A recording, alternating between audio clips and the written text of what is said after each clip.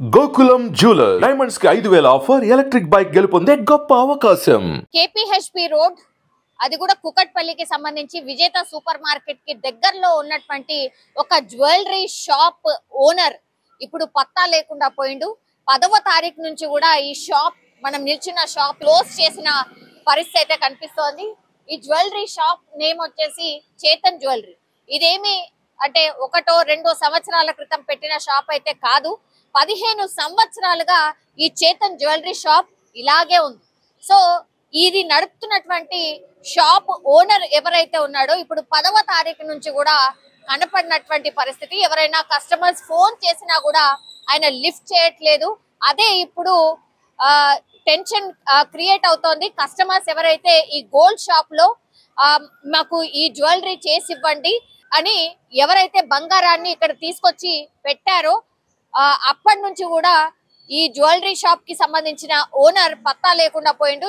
ఇప్పుడు వాళ్ళందరూ కూడా ఆందోళన చేస్తున్నటువంటి పరిస్థితి.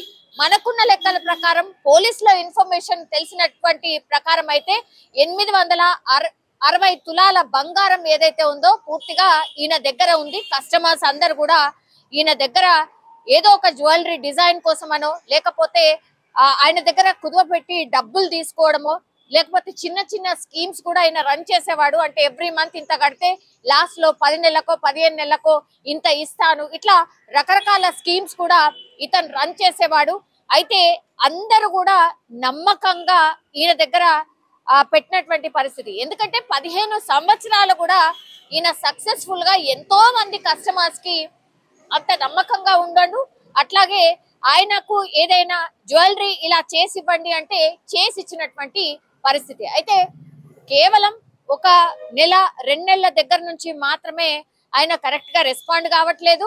అండ్ ఒకవేళ 4-5 రోజుల్లో లేకపోతే 10 రోజులలో డెలివరీ చేసేస్తాను మీ ఆర్నమెంట్ అన్నవాడు ఇంకా 10 రోజులు కావాలి, ఇంకా 20 రోజులు కావాలి, ఇట్లా పోస్ట్ పోన్ చేస్తూ వస్తున్నాడు అనేది కూడా పూర్తిగా ఇక్కడ ఉన్నటువంటి కస్టమర్స్ ఎవరైతే ఉన్నారో ఈయన జ్యువెలరీ షాప్ కి సంబంధించిన కస్టమర్స్ వాళ్ళు చెప్తున్నటువంటి పరిస్థితి మనం చూడొచ్చు. ఈ షాప్ పూర్తిగా క్లోజ్ ఉన్నటువంటి పరిస్థితి. అంటే దగ్గర ఒక 10 కోట్ల రూపాయల వరకు బంగారం తీసుకొని పరారైనట్టుగా ప్రస్తుతం అయితే చెప్తూ ఉన్నారు. దానికి సంబంధించిన లెక్క కూడా పూర్తిగా తేలాల్సిన పరిస్థితి. ఈయన పేరు వచ్చేసి నితీష్ జైన్.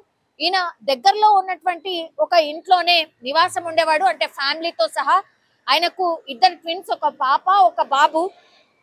ఇప్పుడు సమ్మర్ హాలిడేస్ కాబట్టి వాళ్ళ వైఫ్ కూడా ఇక్కడ లేదు. అంటే రాజస్థాన్ లో వాళ్ళ నేటివ్ ప్లేస్. సో రాజస్థాన్ కి సంబంధించిన వాసి కాబట్టి రాజస్థాన్ లో వాళ్ళ అమ్మగారింటికి వెళ్ళినటువంటి పరిస్థితి. మొన్న 10 రోజుల క్రిందటే ఆమె వెళ్ళింది. అగైన్ 24 తారీఖును అంటే పిల్లల స్కూల్ హాలిడేస్ కాబట్టి ఎవ్రీ ఇయర్ వెళ్తారు కాబట్టి ఈ ఇయర్ కూడా అలాగే వెళ్ళింది.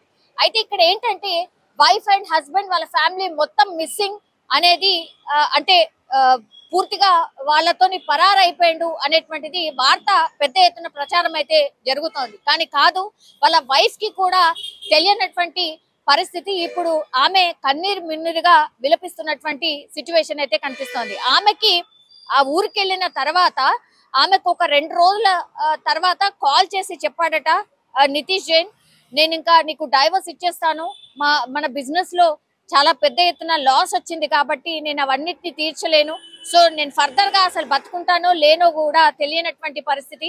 నీకు కూడా తెలుసు సిచ్యువేషన్ అని అంటే కూడా వాళ్ళ వైఫ్ చెప్పిందట, మీరు అట్లాంటి పిచ్చి డిసిషన్స్ దయచేసి తీసుకోవద్దు, ఏదున్నా లాస్ ఉన్నా ఏదున్నా సరే నేను మీతో పాటే ఉంటాను, మీకు 2 పిల్లలు, వాళ్ళని అనాథలు చేయొద్దు అని వేడుకున్నటువంటి పరిస్థితి. ఆ రోజు నుంచి కూడా వాళ్ళ హస్బెండ్ అసలు ఫోనే లిఫ్ట్ చేయట్లేదు అనేసి కూడా ఇక్కడ ఉన్నటువంటి వాళ్ళు చెప్తున్నటువంటి పరిస్థితి అయితే కనిపిస్తోంది. 15 సంవత్సరాలు కూడా ఇదే బిజినెస్ చేస్తున్నాడు కాబట్టి ఎక్కడ కూడా ఎవరికి అనుమానం రాలేదు.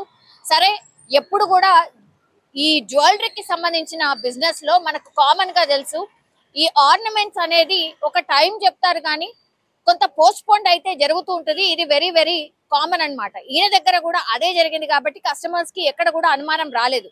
కానీ 10వ తారీఖు నుంచి ఎప్పుడైతే ఈ జ్యువెలరీకి సంబంధించిన shop owner Nitish phone lift చేయట్లేదు అనేదే ఇప్పుడు అతిపెద్ద అనుమానం. వాళ్ళు కూడా పాత కస్టమర్స్ కాబట్టి వాళ్ళు ఒకటే కోరుతున్నారు, ఆయన వచ్చి ఒక రెండేళ్ల తర్వాత ఇస్తాడా, 3 ఏళ్ల తర్వాత ఇస్తాడా పర్వాలేదు, కానీ జస్ట్ వచ్చి ఆయన షాప్ లో కూర్చుంటే చాలు అనేటువంటి మాట కూడా చాలా మంది వాళ్ళ కస్టమర్స్ కూడా చెప్తున్నటువంటి పరిస్థితి కనిపిస్తోంది.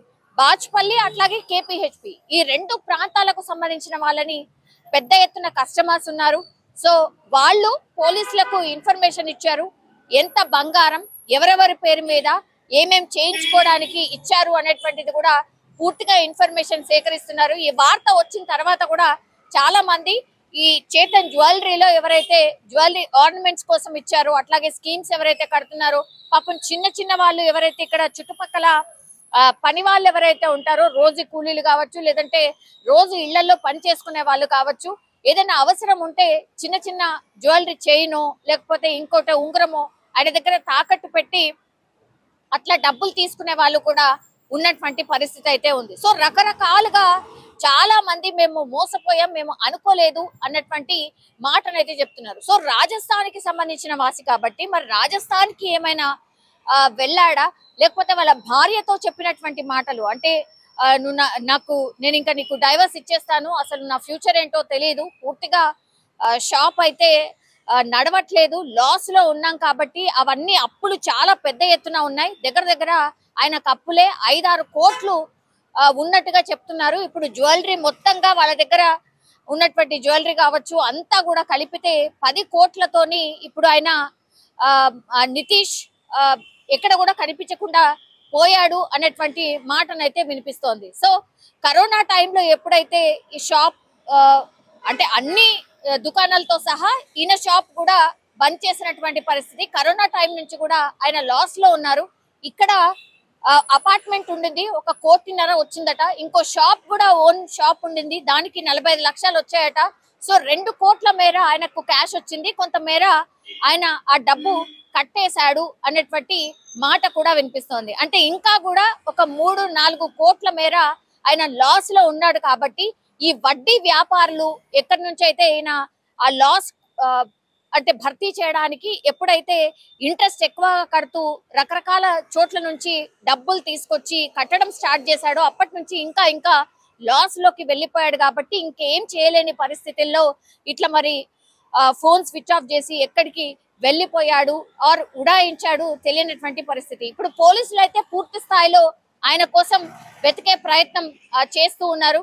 నితీష్ జైన్ ఈయన 15 సంవత్సరాల నుంచి ఈ ప్లేస్ లోనే వ్యాపారం చేస్తున్నాడు కాబట్టి అందరూ కూడా నమ్మకమైనటువంటి కస్టమర్సే ఉన్నారు, వాళ్ళు కూడా కొంత వెయిట్ చేస్తాము అన్నటువంటి మాట చెప్తున్నారు. అటు చూస్తేనేమో ఫ్యామిలీని కూడా పట్టించుకోకుండా ఈయన మాత్రమే ఎటు వెళ్ళిపోయాడో తెలియనటువంటి సిచ్యువేషన్ ఉంది అనేసి పోలీసులు అయితే చెప్తున్నారు. సో రకరకాల కంప్లైంట్స్ వస్తున్నాయి. ఇక్కడ ఉన్నటువంటి షాప్ వాళ్ళని చాలా మంది, ఇక్కడ ఉన్నటువంటి కస్టమర్స్ చాలా మంది అడిగి వెళ్తున్నారట. వాళ్ళు కూడా ఒకటే చెప్తున్నారు, మీకేమైనా ఇచ్చేది ఉంటే మాత్రం పోలీస్ స్టేషన్ లో వెళ్ళి కంప్లైంట్ చేయండి.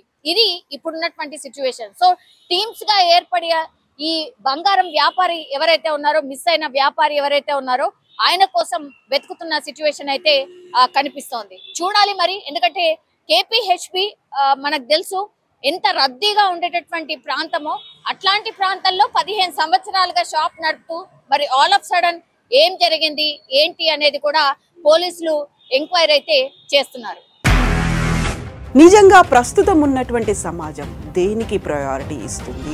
ఆర్థిక సంబంధాల చుట్టూ మాత్రమే తిరుగుతుంది. మళ్ళీ ఎన్నికలంగానే చాలా విరక్తి కలుగుతుంది. మంచి అనిపిస్తుంది కదా, లేడీస్ కూడా ఛాలెంజింగ్ జాబ్స్ చేసినప్పుడు చాలా బాగుంటది. ట్రాఫిక్ అసిస్టెంట్స్ గా నియమించిన ట్రాన్స్జెండర్స్ అందరితో సాల్యూట్ చేయించుకుంటున్నారు. ఫుడ్ డెలివరీ ఇవ్వటానికి వెళ్ళినటువంటి డెలివరీ బాయ్ అనిల్ పై కళ్ళ ముందు